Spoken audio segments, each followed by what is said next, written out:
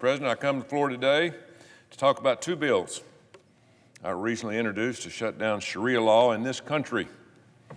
I ruffled some feathers a few weeks ago when I came to the Senate floor to talk about what I believe is the greatest national security threat facing the United States of America: radical Islam and Sharia law.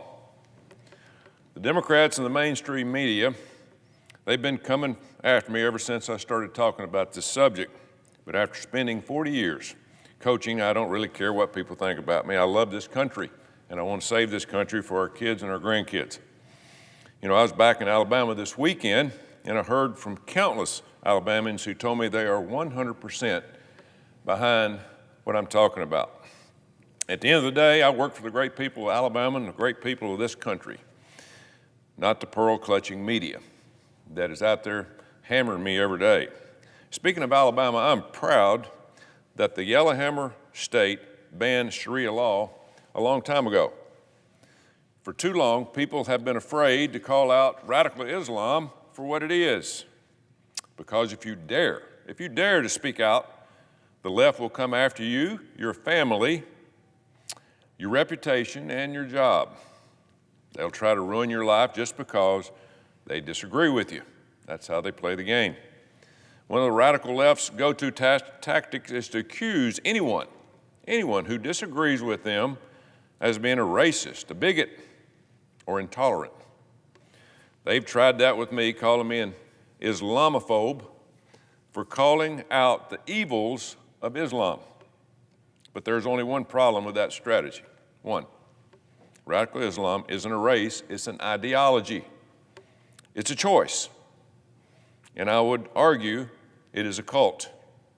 So no, I'm not an Islamophobe.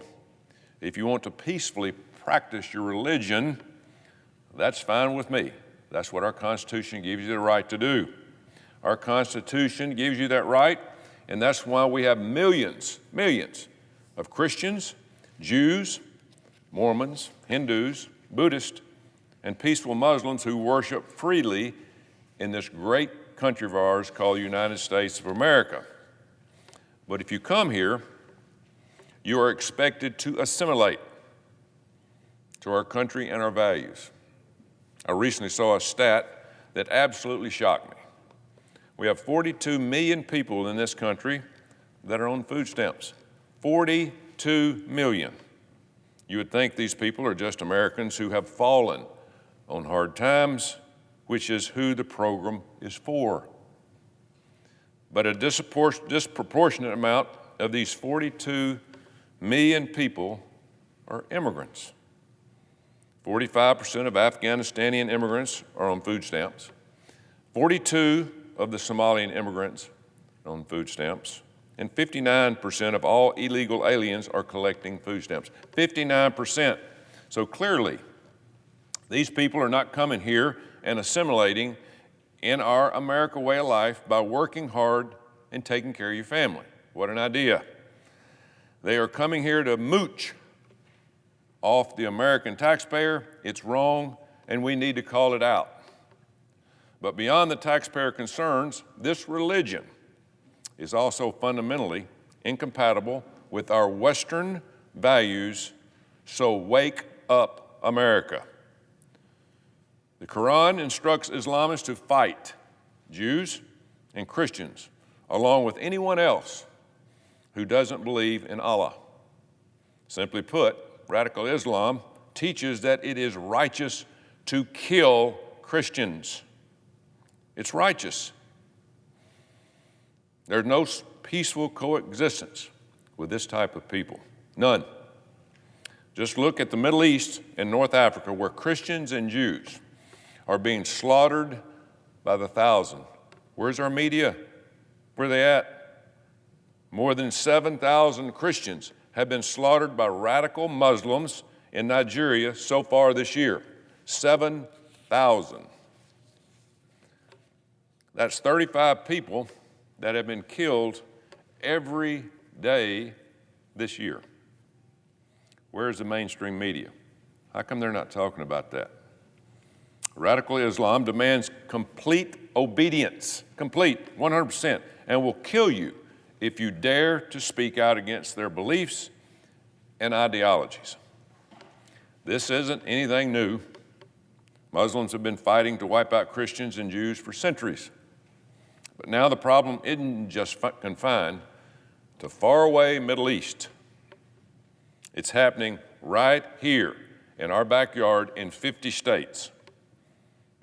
We're already seeing cities in Michigan, Minnesota being taken over by Sharia law. In Dearborn, Michigan, a Christian pastor recently protested a street was named after a radical Islamist terrorist. The pastor just complained about it. In response, the Muslim mayor of Dearborn told the pastor that he is no longer welcome in the town and will celebrate the day that he leaves. Think about that. A Christian pastor is being silenced here in America for objecting to a taxpayer-funded road being named after a terrorist. We're losing it. Or take what has been happening in Minneapolis, Minnesota, which has been and seen a massive influx of Somalians moving into their neighborhood. I recently saw a story that absolutely shocked me. More than 75 Somalians have been arrested in a massive scheme where they stole $300 million from a American taxpayer-funded child nutrition program. $300 million. So these Somalian criminals came to Minneapolis. They took advantage of our free schools and our free health care, and then they stole $300 million from American taxpayers right under our noses. Where is the media? Where's the outrage? And where did this money go? Where do you think it went? You guessed it. It went back to Somalia. It's disgusting, and these people should be deported, if not jail for life. In case you're still unclear about the dangers we're facing, here are a few reasons why Sharia law does not work in a Western society like the United States. In America, we value free speech. The U.S. Constitution gives us that right. The First Amendment is what makes this country, America, great. You're allowed to express your opinions publicly without fear of the government arresting you or killing you. But under Sharia law, any criticism that goes against what Muhammad or the Quran says can be punishable by death. Further, under the U.S. Constitution and the First Amendment, equal rights for people of all faiths are protected. Western culture treats everyone equal, regardless of their religious beliefs. Under Sharia law, if you are not a Muslim, you are treated as the enemy. Radical Islam says you can discriminate against and even be violent towards non-Muslims. We see that happening now in Europe, where non-Muslims are being violently attacked every day, all over Europe. It's because Sharia law not only accepts but encourages this type of disgusting behavior. Another major difference between Islam and our Western culture is the way we treat women. In the U.S., marriage happens when a man and woman mutually decide that they want to get married and be with each other. But under Sharia law, older men are allowed to marry 6-year-old girls, which is unbelievable. 6 years old. That's not marriage. In America, we call that pedophilia. But that's just scraping the surface. In Sharia law, women are sold, raped, trafficked, no problem to them. That's their way of life. Women are not allowed to get an education or have a job. They aren't even allowed to leave home without a man escorting them. And women are forced to wear burqas, which cover basically everything but their eyes. Meanwhile, men are allowed to have multiple wives, marry children, and do not have to cover their heads. It makes your blood boil. Not to mention the horrible way that minorities are treated in countries that follow Sharia law. There's no tolerance in these countries. If you live in a country that practices Sharia law and are not Muslim, you're lucky if you aren't thrown in jail or killed. That's because Islam and Sharia law teach that you must hate non-Muslims and should wage jihad, which literally means holy war against people who do not believe. One thing I find particularly ironic is how the left turns a blind eye to the horrible ways LGBT people are treated in countries that follow Sharia law. In countries like Iran, Saudi Arabia, and Yemen, gay people are often given the death penalty. Does that sound like a peaceful, tolerant religion to you? Not me. Unfortunately, this poisonous religion, which I think is closer to a cult, is rapidly growing in this country. Wake up, America. Look no farther than New York, where a radical Islamist, Zohan Mandami, is the front runner to become the next mayor.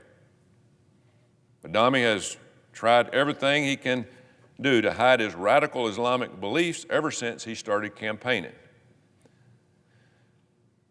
But he was recently seen in a photo with a co-conspirator of the 1993 World Trade Center bombing.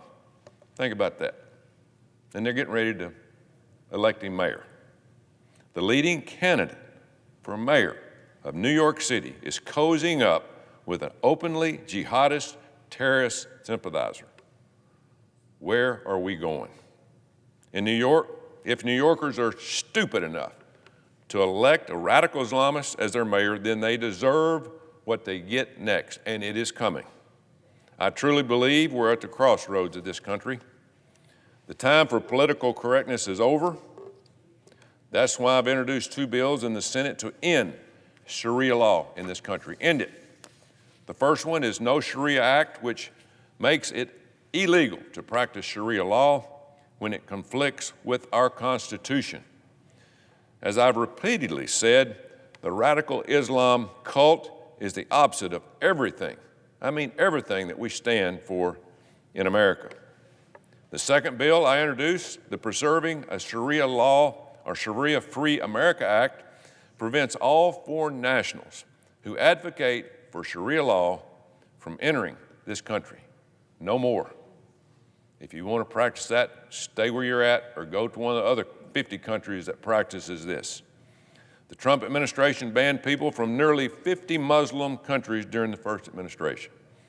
And thanks to Joe Biden's 4 years of open borders, we now have thousands of terrorists and their sympathizers who entered our country unchecked. How stupid was that? We have to shut off the spigot before it's too late. This is a major national security threat. Radical Islamists have proven over and over again that they are willing to do whatever it takes to kill just one American citizen. And it didn't just happen overseas. It has been allowed to fester and is alive and well in our very own country, just waiting for the right opportunity to attack. So now is the time to act, because if we don't, we're going to lose this country as we know it. Open your eyes, America. The values of this country was built on cannot coexist with radical Islam. It doesn't work. It's one, our Constitution, or the other. You can't mix them. This isn't a Republican or Democrat issue. This is an American issue. Just look at Europe. We are headed down the same dark path as what Europe's going through now if we don't wake up. We need to permanently shut down Sharia law in this country before it's too late. Wake up, America. Mr. President, I yield the floor.